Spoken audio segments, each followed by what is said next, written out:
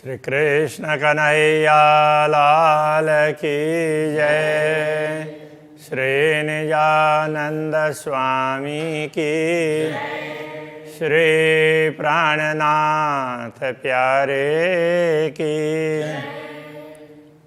महामत देखे विवेक सो, हक वस्त्र और भूषण, सब अंग शोभा अंग की, जो दिल रुआए रोशन।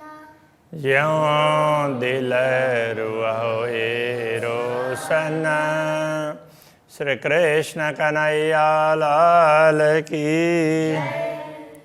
19वां प्रकरण पूर्ण ब्रह्म परमात्मा के यौवन, उनकी पूर्णता, तो उसमें अपार जोश होता है। तो उस जोश का और उसके साथ में उनका मुखारविंद, और मुखारविंद के साथ साथ में बीड़ा, और उस समय के कैसा दिखाई देता है ऐसी छवि, उनका विवरण इस प्रकरण के अंतर्गत दिया गया है। फेर फेर पट खोले हुकुम, निस्वत जान रोहन। कहते हैं कि अक्षरातीत धामधनी का आदेश है ना, वो बार बार पट को खोल देता है। क्यों? ब्रह्मात्माओं को पूर्ण ब्रह्म परमात्मा की अंगना समझ करके उनके हृदय में तो किसी प्रकार का पट नहीं होना चाहिए, ऐसा सोच करके उस पट को हटा देता है। अब ये भी कैसा होता है कि ये पट बार बार आता है, फिर हटाते रहते हैं। तो जैसे हटा करके पूरा हो जाए फिर तो कोई बात नहीं है, किंतु तो बार बार आवरण ढकने के लिए प्रयत्न करता रहता है। हक मुख अंग इश्क के ले देखिए, अरसा अंग तन। जब पट दूर हो जाएगा तो पूर्ण ब्रह्म परमात्मा के मुखारविंद का प्यार, तो इसको लेकर के पूर्ण ब्रह्म परमात्मा के पूरे स्वरूप के दर्शन करो, ऐसा करके कह रहे हैं। हक वर्णन जिमी सुपने, हुकुम है कया नेक सोए। पूर्ण ब्रह्म परमात्मा का वर्णन इस भूमि में किया है तो अक्षरातीत धामधनी के आदेश से ही, फिर भी यहाँ के अनुरूप थोड़ा कहा गया, अब यह ज़्यादा नहीं बताया जा सकता। हक इश्क एक तरंग से, रूह निकस न सके कोई। वैसे देखा जाए तो पूर्ण ब्रह्म परमात्मा के प्रेम का तरंग वो तो चारों तरफ फैले हुए हैं, तो उनमें से एक छोटे से तरंग में भी ये आत्मा वो उसमें वो जाती है ना, डुबकी मारती है, तो तरंग तो इधर से उधर ले जाती है ना। तो इस तरह से आत्मा तो वहीं इधर उधर घूमेगी, उससे बाहर निकल ही नहीं सकती है। जैसे समुद्र में, समुद्र के तरंगों के चपेट में कोई आ जाए तो फिर वो बाहर नहीं निकलता, तो उसी में ही तो गोता खाता रहता है। तो ये आत्मा भी तो उसमें वो झूलती रहती है, उससे मस्त रहती है। कहने का तात्पर्य यह है, थोड़ा सा भी उसको मिले तो उसमें वो मस्त रह जाती है। सुंदर मुख मासुक का और अंग सवे सुंदर। पूर्ण ब्रह्म परमात्मा का मुखारविंद बड़ा सुंदर है, तो इसके साथ साथ उनके अंग प्रत्यंग सभी सुंदर है। सो क्यों छूटे आशिक से जब चुभे हैड़े अंदर। ऐसा स्वरूप पूरे अंग प्रत्यंग जब ब्रह्मात्माओं के हृदय में अंकित हो जाते हैं तो फिर वो उनसे छूटते नहीं हैं। क्यों कहूँ मुख की सलू की। पूर्ण ब्रह्म परमात्मा के मुखमंडल की सुंदरता का क्या वर्णन करें। और क्यों कहूँ सुंदरता, तो सलू की तो और सुंदरता तो ये एक जैसी बातें हैं बनावट के हिसाब से। तो उसमें वो ये सलू की ऐसा कहा, वो भी सुंदरता ही है। उसकी क्या बात बताएं। ए आशिक जाने माशुक की, जिन घट लगे ए घाय। अनुरागिणी आत्मा ही पूर्ण ब्रह्म परमात्मा के स्वरूप को समझ सकती है कि जिनके हृदय में उनके विरह की पीड़ा है, उस वो चोट पहुंची हुई है, वही इस बात को समझ सकती है और वही दर्शन के लिए लालायित होती है, बाकी हर कोई नहीं हो पाता है। मुख चौक सलू की क्यों कहूँ, कछु जाने रूह के नयन। पूर्ण ब्रह्म परमात्मा के मुखमंडल की सुंदरता को कैसे बताएं? तो ब्रह्मात्माएं थोड़ा बहुत जानती है, तो कभी उनके नयनों को जानती है, क्योंकि उनके नेत्रों से कभी कभी उनको इशारे का ख्याल होता है। ये सुख सोई जान ही जाको हक करे स्वामी सैन। तो ब्रह्मात्मा, वही ब्रह्मात्मा इस सुख को समझ सकती है जब पूर्ण ब्रह्म परमात्मा, तो ब्रह्मात्मा देख रही है तो वो देख करके उन आँखों से कुछ इशारे करते हैं, संकेत करते हैं, आँखों से कुछ समझाना चाहते हैं। तो वो ब्रह्मात्मा जो इस बात को समझ सकती है, वही इस रहस्य को जान सकती है। सुख पाइए देखे हरवटी, मुखला कलाल अधुर। तो अब मुखमंडल में क्या है? हरवटी ये चिबुक नीचे का भाग है, और फिर ये लांक गहराई है, फिर अधरोष्ट है, फिर ऊपर का ओष्ठ है, अंदर मुखारबिंद, अंदर दंतावली, जिह्वा वगैरह, तो ये सब है, फिर नाक वगैरह। तो ये ना एक एक, तो उसमें क्या है कि बड़े सुंदर है। दंत जिह्वा बीच तंबोला, और दांतों के और जिह्वा के बीच में तंबोल, तो तांबुल का बीड़ा लिया हुआ है। मुख बोलत मीठी मधुरा। उस समय वो बोलते हैं तो थोड़ा सा स्वर अलग से निकलता है, तो अलग प्रकार का माधुर्य उसमें दिखाई देता है। मुख मुदे अधूरा बोलता। तो मुख को, अब वो तांबुल को पकड़ने के लिए मुख को तो बंद करके फिर बोलते हैं, एक तरफ का ही वो ओठ चलता हो ऐसा लगता है। वाणी प्रेम रसाला। तो वाणी बड़ी प्रेम रस से परिपूर्ण होती है। आशिक को छवि चुभ रही। अनुरागिणी आत्मा के हृदय में तो ये छवि अंकित हो जाती है। जानो हाइडे निश दिन भाल। तो ये छवि अंकित हो जाएगी तो रात दिन उनको ये इसके दर्शन के लिए तो ये बात हृदय में चुभती रहती है, कब दर्शन होंगे दोबारा, कब दर्शन होंगे, वही चाहना बनी रहती है। शहुर कीजिए का अंग रंग, कई तरंग लाल उज्ज्वल। जब पूर्ण ब्रह्म परमात्मा के मुखारविंद को और मुखारविंद में मुखमंडल के दर्शन करते हैं तो उनके अलग अलग अंग, उसमें अब क्या है, कई तरंग लाल उज्ज्वल।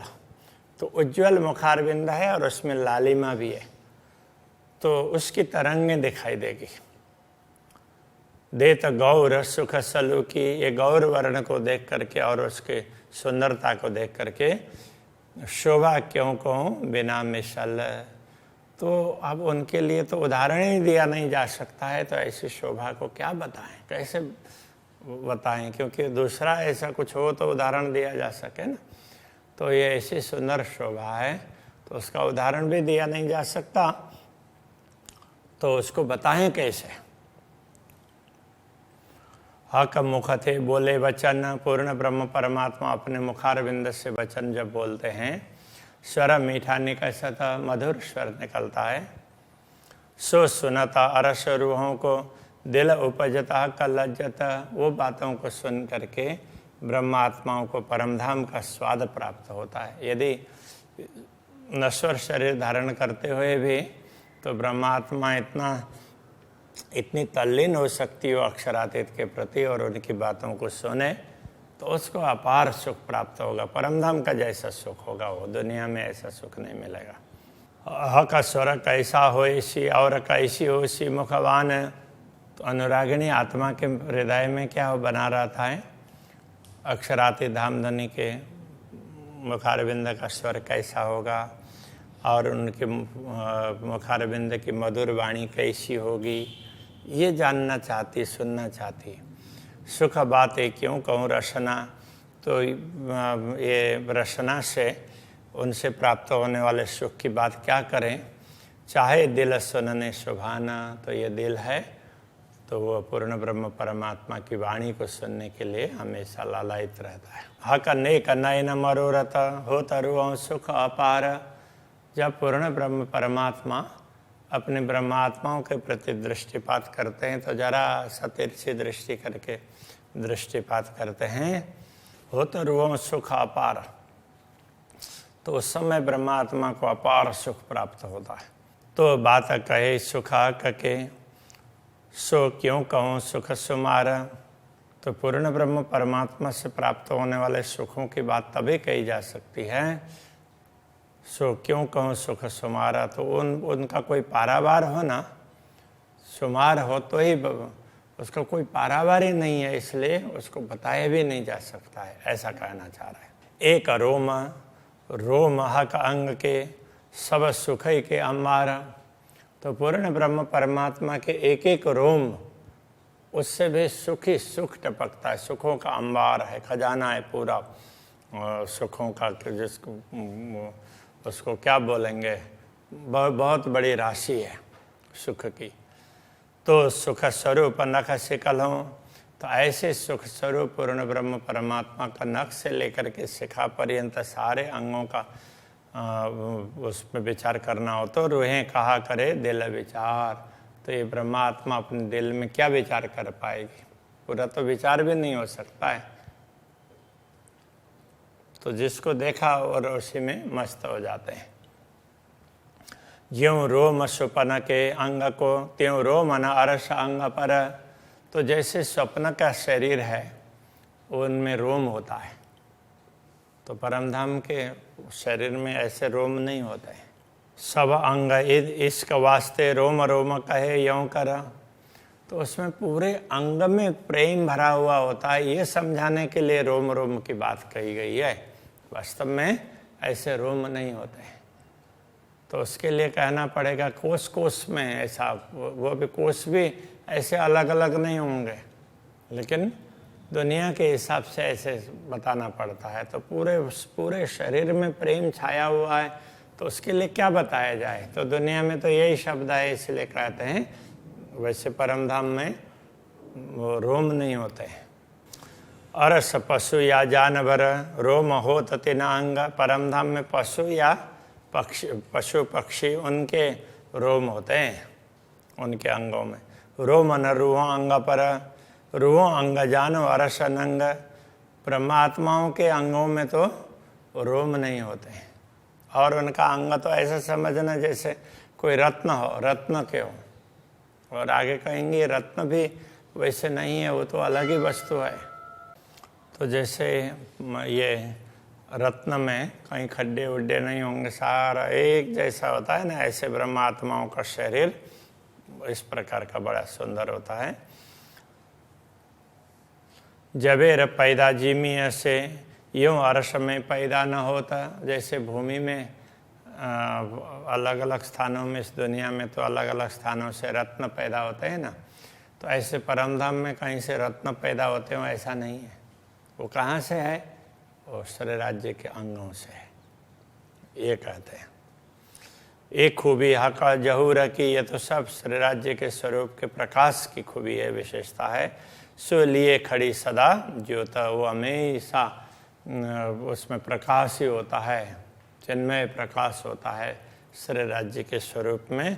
तो उसकी ही ये विशेषता है, उसी से रत्न वगैरह लगते हैं। या को नंग निमुना ना दीजिए अरस रोहें वायदत। तो परमधाम की आत्माएं वो तो पूर्ण ब्रह्म परमात्मा के अद्वैत स्वरूप है, उनके अंग से भिन्न नहीं है, इसलिए उनके लिए किसी रत्न का उपमा देना भी ठीक नहीं है। तो अब क्यों दिया जा रहा है, इन्हें मिसाल न कोई ला गई, इनके लिए दूसरा कोई उदाहरण लगता ही नहीं है इनके लिए। जाकी हका आदि जात अनश्वत, जिनका जो पूर्ण ब्रह्म परमात्मा के अंग ही हैं, तो उनसे अलग है ही नहीं, इसलिए उनके लिए तो रत्न का उदाहरण देना वो भी ठीक नहीं होता है, उनके लिए ऐसा कोई उदाहरण लगता ही नहीं है। जो देव निमुना अरस का तो रो लगत न कोई बात। यदि परमधाम के किसी किसी भी वस्तु का उदाहरण देते हैं तो भी ब्रह्मात्माओं को उनके लिए ब्रह्मात्माओं के समान वो नहीं हो सकते, क्योंकि ब्रह्मात्माओं के अंग से वो सब है, परम धाम है। रोए अंग हादि अंग का जाता। देखो ब्रह्मात्माएं तो श्री श्यामा जी के अंग स्वरूपा है और श्री श्यामा जी पूर्ण ब्रह्म परमात्मा की अंग स्वरूपा है, तो उनको परमधाम के दूसरे दृश्यों का उदाहरण नहीं दिया जा सकता, उनको तो श्यामा जी और राज्य का ही उदाहरण दिया जा सकता है, तो उधर से संबंधित है। तीर्थ छाड़ने का जो मुशक्कत, अब वो बता दिया कि कैसे समझना चाहिए, तो अब तो उनके स्वरूप की सुंदरता की बात कर रहे हैं। तीर्थ छाड़ने का जो मुखशत सो डार मार डारत मुतलक, तो तिरछी दृष्टि करके श्री राज्य जब मुस्कुराते हैं तो ब्रह्मात्मा तो उनके प्रेम में ओतप्रोत हो जाती है, तो मानो वो घायल हो गई हो, उनको दूसरा कुछ दिखता ही नहीं है, बस उसी में वो मस्त हो जाएंगे। जो कदी सनमुख होए यौं रूह सो, तो क्यों जीवे रुआ आशिक। यदि यही स्वरूप ब्रह्मात्मा को हमेशा दिखने लग जाए सम्मुख में, तो क्यों जीवे रुआ आशिक, तो अनुरागिणी आत्मा तो कैसे वो उसमें जी पाएगी। तो ये दुनिया के लिए कह रहे हैं, तो शरीर कैसे धारण कर पाएगी। ऐसे स्वरूप के दर्शन कर लिया तो परमधाम की आत्मा है वो भी प्रेम में ओतप्रोत हो जाती है, तो फिर ये आत्मा तो कैसे जी पाएगी, उसको तो ये शरीर धारण ही नहीं कर पाएगी, छोड़ करके अपने मूल में जागृत हो जाएगी, ये कहना चाह रहे हैं। आशिक अटके सब अंगों देख देख रूप सलूक, अनुरागिणी आत्मा पूर्ण ब्रह्म परमात्मा के रूप की सुंदरता देख कर करके जिन जिन अंगों को देखती है बस उसी में उनकी दृष्टि स्थिर हो जाती है। फिर अक्षराते धामधनी चाहते हैं, फिर दूसरा अंग दिखाते हैं, बाकी जो देखा उसी में वो मस्त हो जाएंगे। ये नेक अंग के सुख में रुआ हो जाता टूका टूका, किसी एक अंग के छोटे से एक अंग के सुख में ही तो ब्रह्म आत्मा तो उसी में टूक टूक हो जाती है, तो उसी से ओतप्रोत हो जाती है, उसी प्रेम में मस्त हो जाती है। सब अंग देखे रस भरे प्रेम के सुख पूर्ण, सारे अंग ये रस से परिपूर्ण है, पूर्ण ब्रह्म परमात्मा के ऐसे ही दिखते हैं। प्रेम के सुख पूर्ण, वो प्रेम सुख से पूर्ण है, प्रेम ही प्रेम भरा हुआ है। रुआ सोई जाने जो देखई ए पीवत रस मोमिन, तो जो इन दृश्यों को देख सकती है वही आत्मा इस रहस्य को समझ सकती है। तो ब्रह्मात्मा तो इसी रस को पीती रहती है, इसी प्रेम रस को, और मस्त रहती है। गौर गाल मुख उज्ज्वल, तो अक्षरातीत धामधनी का मुखार बिंद बड़ा उज्ज्वल है, गाल है बड़े गौर है। माए गहरी लाल कले, और मुखार बिंद में भी अदरुष्ट और उसमें भी वो गहरी लालक, मतलब ये केवल उसमें नहीं पूरे मुखमंडल में लालिमा है, तो कहीं अब ओष्ठ में गहरी होगी, गाल में थोड़ी गहरी होगी, बाकी मूल में दूसरी जगह पर थोड़ा कम, इस तरह से नहीं बड़ी सुंदर होगी। ये जुवा सुख शोभा क्यों कहे हक अंग अरस अंग हक के, तो ये जिह्वा तो पूर्ण ब्रह्म परमात्मा के परमधाम के स्वरूप के अंगों का वर्णन कैसे कर पाएगी, उस सुख को क्या बता पाएगी, बता ही नहीं सकती है। रूह आशिक जिना अंग अटकी, अनुरागिणी आत्मा अक्षरातीत धामधनी के स्वरूप को देखते हुए जिन अंगों में अटक जाती है, छूटा तनाई क्यों कर, उससे वो हट नहीं सकती, तो उसमें वो देखते देखते वो उसमें खो जाती है, ये कहने का तात्पर्य है। एक किसी बातों आशिक सो अंग मासुक जुदे ना होए, किसी भी प्रकार से कितना भी प्रयत्न करें, ब्रह्मात्मा किसी भी प्रकार से प्रयत्न करें तो भी जो अंग देख रही है तो उससे वो छूटता नहीं है। जब अक्षरातीत चाहते हैं तभी दूसरा अंग दिखा देते हैं, फिर उसको दूसरा दिखाई देता है, ये कहना चाहते हैं। जेते अंग माशूक के रूह आशिक रहे तिन माहे।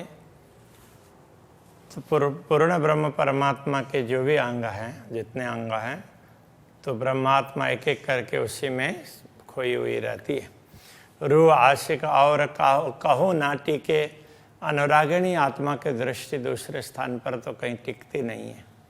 उसको कहीं भी कुछ भी दृश्य देखें, दुनिया में अच्छा से अच्छा देखें तो भी उससे उसको संतोष नहीं होता है। अपने अंग में भी नाई, वो अपने अंग में भी उसको संतोष नहीं होगा। वो तो हमेशा राज्य के ही अंगों का दर्शन करना चाहती है।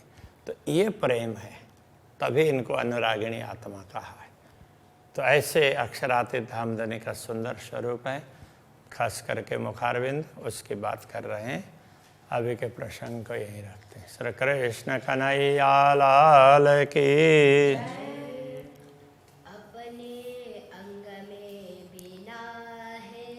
अपने अंग में भी ना है, जीते अंग मासुक के।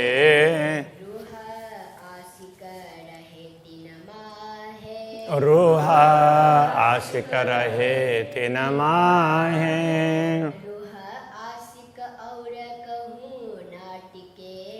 रूह आशिक और कहूँ ना टीके। अपने अंग में भी ना है, अपने अंग में भी ना है।